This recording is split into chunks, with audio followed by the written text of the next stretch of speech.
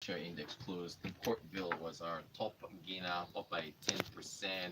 And let's see, how was the market cap?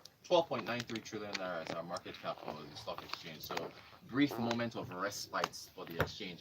Chetsa is, of course, with SBM Intelligence. I think it's been on the show before to talk about the Jollof Index. And the reason why I wanted us to discuss that was, of course, because of the breaking news yesterday with regards to the federal government just suddenly shutting down the borders, at least the land borders anyway, saying that they're doing this to protect the economy and protect domestic producers of staple foods like rice and so on.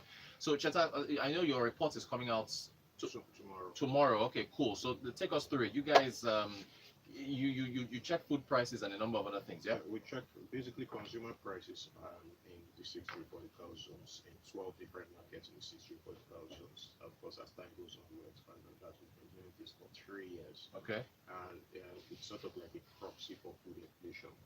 The idea is to use jollof rice, um, which is the one meal that is common to every part of this country. Mm-hmm.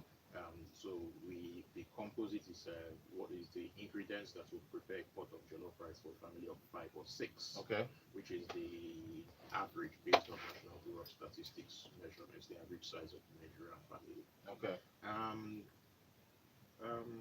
the jollof index basically gives an idea of the direction in which food inflation is trending. Okay. Food inflation. So, I mean, the partial border closure initially happened on August the 20th.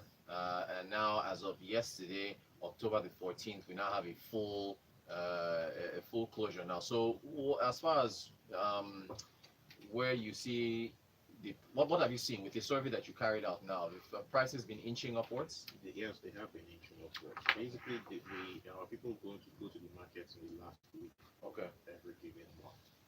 So definitely the August 20 um, Border closure, yeah. had an impact on the August data collation, and it was almost immediate. Okay.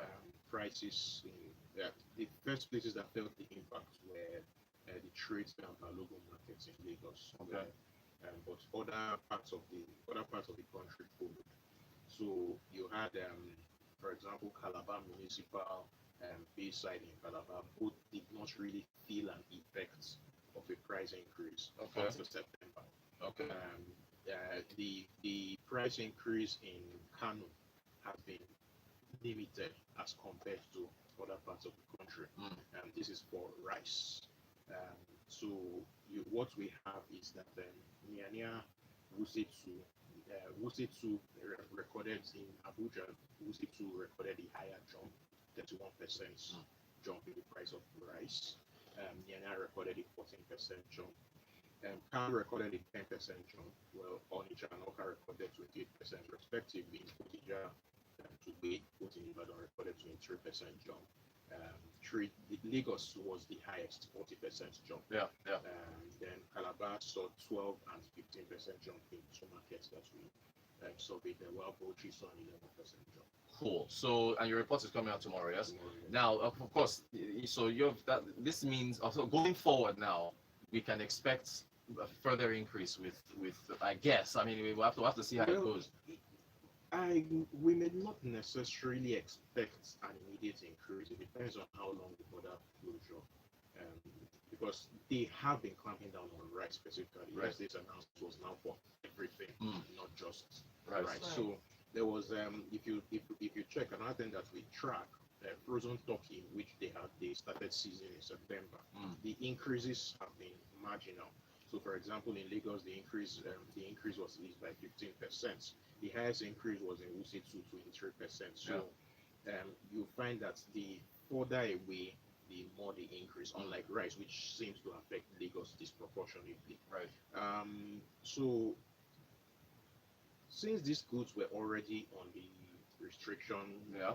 list, Yeah. we Yeah. don't expect them to go up. It's other products that we think will now go up See the as, increase. as the border closure tightens. Hmm. Oh, wow. All right. Messages, yeah? Yes, Benga Akamu says that. So it's not just imports that are affected. Exports are also affected. Is also affected as well. Mm. Then he also asks that the customs, how are the customs going to meet the revenue target with the border closure? Yeah, so I mean, it's important to point out this is for land. They've now said that they should, if you are bringing stuff in, also go through the seaports, which I don't know about the practicality of that. Yeah. You know, if you are bringing stuff in by land, they'll tell you to go to the other ports. So customs, I expect, will still be able to make the revenue that they are bringing in through the other, ports. But then, this one takes us back to the Apapa issue, the congestions in the ports and so on. So we'll have to see how this works. Interesting though. Where's this other headline? Chet, I want to get your thoughts on this. This was in the Punch, and I think it was everywhere else. This one also came out yesterday. I want everybody else to chime in on this. Border closure. CBN appeals to rice millers and stakeholders not to increase price. This is a real headline. It's not sarcasm or a joke. It says that the Central Bank of Nigeria has appealed to members of the Rice Millers Association of Nigeria and other stakeholders in the rice value chain not to increase the price of rice over the border. Cheta, can begging stop the laws of demand and supply? I mean, how? No, you're not. Yeah, yeah, yeah. Defer this to Freshly Pressed because my producer has already chooked this one in front of me. Freshly No, you Pressed. can give a teaser. Like someone Yeah, said, I think it was Papike, was it Papike who said that he Una thought dey it was the time was Not was a wrong. business show now, so una dey play no, for but free. yeah, no. I mean, you can feel free to speak. Basically, it's, I mean, I've already given my fundamental thoughts on Twitter. Yeah. The laws of supply and demand, at least since Adam Smith set them down in 1756, are sacrosanct. Yeah. They won't change. Let's move on. All right, so Papike says no wonder canteen madam double the price of turkey whenever she's lucky to have it. Mm. And then he says he's just authenticating your figures, Yeah. Cheta. Yeah. And Okay. then B says what I'd like to understand is where the power to close national borders lies. It's with it's with the government now. Yeah, the government decides to do it. They work with customs and immigration and so on. And mostly customs. They're the ones that actually would enforce that. And then Sean says Nigerian leaders will be speaking demand and supply laws into existence. Speak it until you see it. Oh boy. Okay, let's talk about the road, shall we? Bumi was supposed to be with us today, the money buff, but because of flooding, she wasn't able to make it. I think some of our interns were also affected as well. Yeah. Yeah. So we I know was affected. you were by this affected, right? morning, yes. So this when we talk about the governor on the Sunday evening declared a state of emergency for the roads. I said he had he took a picture with the about what is it now? He had Mr. Hamzat, his deputy, and then well, he wasn't pointing in the picture, and he had about 8 or so representatives from some multinational engineering firms who he said have been guided to begin work immediately. So it says about 116 roads are supposed to be fixed over a period of time. Cheta, my concern is the governor did not, and I tweeted the Lagos State handle. I said, please, can media get a one-on-one chat with Mr. Sanwo-Olu, Governor Sanwo-Olu? Can he tell us, one, the cost of fixing all these roads? Number two, when they will be ready? Because he said that the engineering firms like your Julius Berger's, Hightex, and so on, had agreed to, quotes, he said, quotes, they had agreed to follow on their deliverables. He didn't tell us what those deliverables were. What are your thoughts as far as the emergency declaration on the roads? I tend to be very careful when talking about Lagos because I don't have money to buy lots of land. Yeah, right. Having said that, it's clear to one and all that there's an urgent need to fix the roads, to fix roads in Lagos because a lot of the traffic that we see in Lagos is caused by bad roads, built portions of roads here and there. Yeah. It also shows that the whole maintenance gig that was set up as far back as Tinubu and ran all the way through to Fashion's second term has collapsed. That's what it shows.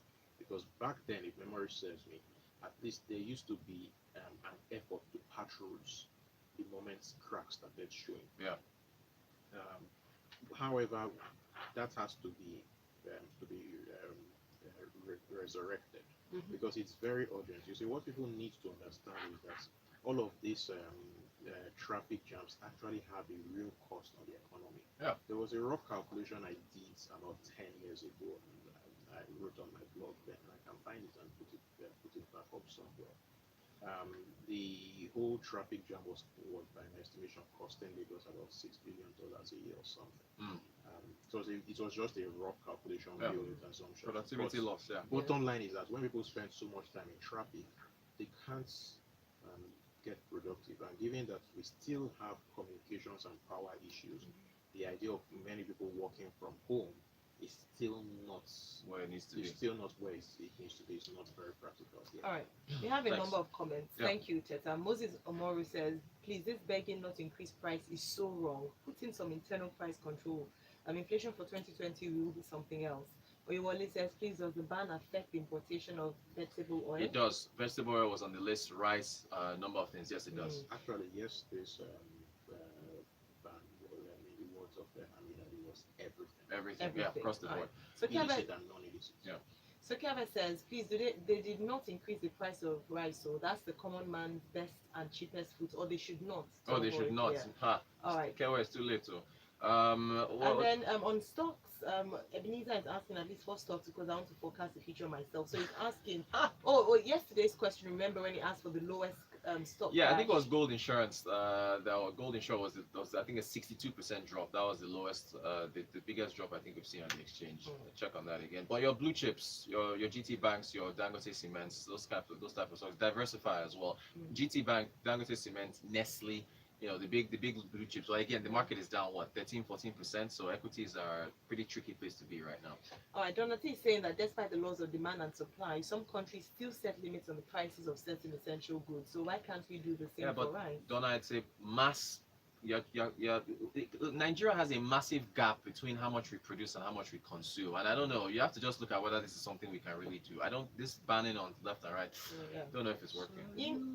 Inca has a point here. He's Yeah. talking about the 8 people you mentioned. He said they're not 8 representatives, call them 8 foreigners. No. They're representing foreign companies. Here's his argument, and he says, shame on Nigerian Society of Engineers and current combined. Right? It's No. worse for them. Yinka, actually, there is a Nigerian firm. I'll get the list. There's a Yeah. Nigerian firm that's on there as well. Plus Julius Berger, Nigeria. That's technically, they've been here Julius forever. Berger is a Nigerian Eh, company that exactly. just happens to have been incorporated in Germany. Right, exactly. So the Nigerian as well. RCF Nigeria Limited. That's it. RCF Nigeria Limited is one of them. What Thank else? you. We have, should we take comments? 30 seconds to go. 30 seconds. Okay, Yeah. actually, I need to squeeze this in. Okay. First Bank's FinTech Summit 3.0. I'm actually headlining it tomorrow. Yes, I'm really excited. So I have to throw that in. So you guys, I'll put the registration link on my page so you can register. Come check it out. All right, let's do the comments real quick. All right, so we have from Isaac. Did you see a headline on Business Day stating FIRS hits a setback, making banks the collection agent? I did not. I'll check that out.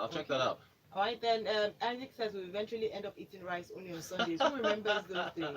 And then Rainmaker goes on about Lagos roads. It will be a saying, pleasure yeah, to it see will be the a road pleasure to see it fixed. being fixed, and they But should do yeah, something. important point. He just Yes. said that Governor Sanwo-Olu is being reactionary. Rainmaker, that's a good point. That's a lot a of good people have point. been saying that. Thank you. All right, then again, still talking about roads. Kara says, Oh, let's go. Nee is correcting me. Nee is saying that RCF RCF is is Lebanese. Lebanese people are.